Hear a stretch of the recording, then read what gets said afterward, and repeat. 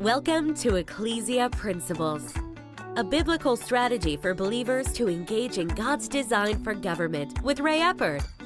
One of the things that I've noticed too, and even for our viewers, I mean, it'd be great. That's okay.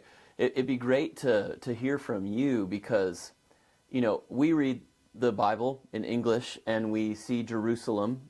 We very much can see, you know, the connections of the word Zion with it. We know that is the center of God's geographical universe here on earth, and yet today a lot of people call it the West Bank, but that is not entirely all controlled or ruled by Israel. It's also partly controlled by the Palestinian Authority. No, not really. So how is that working now? How is that whole dynamic going on? So I'll explain. Because that was pretty remarkable when you know Donald Trump and his first administration moved the embassy to Jerusalem because it's so split up. We'd love to hear about that. So first and foremost, the story is very simple. Every nation around the world can decide what's their capital. Yeah. Nobody would tell the British people, okay, we don't want to put the capital in London. Because you decide. The British get to decide. And the Americans had their capital in Philly, and then they moved it to Washington, D.C. That's right. And last I checked, some of these places were filled with Native Americans. And no, I'm just saying, That's right. Nobody can tell any nation in the world what's their capital. Right. But there's one moral towards the Jews and one moral towards the rest of the world. And everybody wants to say that Jerusalem is, I don't know, disputed. Yeah. It's not.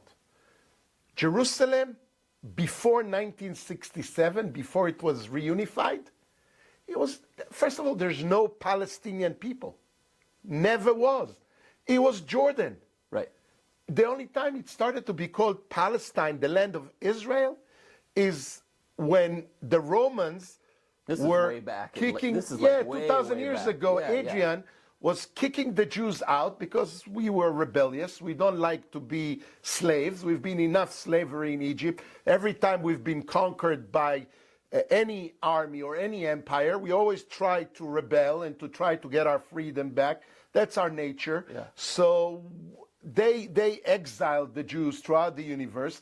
And then in order to take the character of the name Israel or Judea, which was called first Provincia Judea, he says, I'm going to call it after your fiercest enemies from the Bible, the Philistines. The Philistines. So, which like are nations of the sea. They don't. It's like the ones that David fought against with Goliath, yeah, right? exactly. Yeah. David kicked them out of the land, the Philistines, but they kept coming, you know, and he wanted to humiliate us, Adrian, and he called it Provincia Palestina. Wow. Then for years we weren't there, and then the British mandate came about in 1917.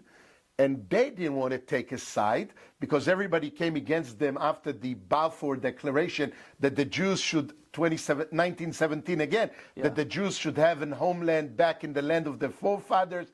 You know, and funny enough, on the coins, on the money that was printed by the British mandate in the land of Israel, it says Palestine, and then in brackets, Eretz Israel, the land of Israel. It's right there. It was always the land of Abraham, Jacob, Isaac, our forefathers. Was the land that was promised to Abraham and his descendants forever. It was the capital of King David. It was called Israel from 3,000 years ago. The Palestinian so-called people, these are immigrants who moved from all kinds of different Arab countries, first into the Ottoman Empire, which was there 400 years before the British mandate came in 1917. Yeah, Ottoman Empire finished right around the First World War, right after the First World War. Yeah. And then General Allenby took over the land. And Jews and Arabs came to live under the British regime at this time. Right. If you were a Jew or a Christian, or a Buddhist, or a Muslim, born in that land after 1917, before 1948, your birth certificate will say Palestine. So the Jews are as Palestinians as those Arabs that lived in that land. Right. 1946, already the British gave independence to Jordan, taking the tribe of the Hashemites, who are descendants of Saudi Arabia, and King Abdallah giving them a land. So in that agreement between the French mandate and the British mandate, they called the Sykes-Picot, in 1970, they divided the land.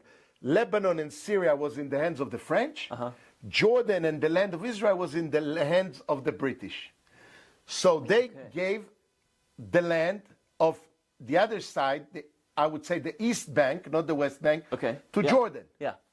Then in 1948, May 14th, Israel declares its independence because the British mandate is going out of the country. Right.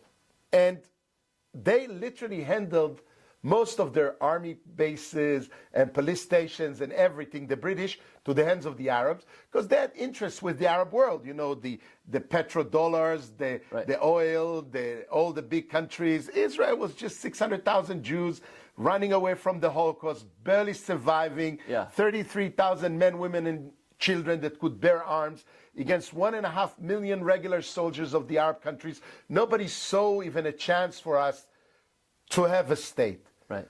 But, you know, with God, it works a little bit differently. And when God decides that this is it, a miracle and the state of Israel came about.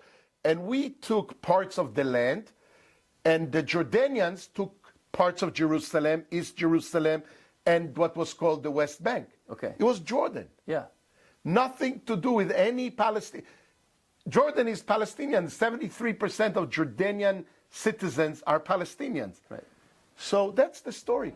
You've been listening to Ecclesia Principles with Ray Eppard. Follow us on YouTube and Facebook on our Ray Eppard pages.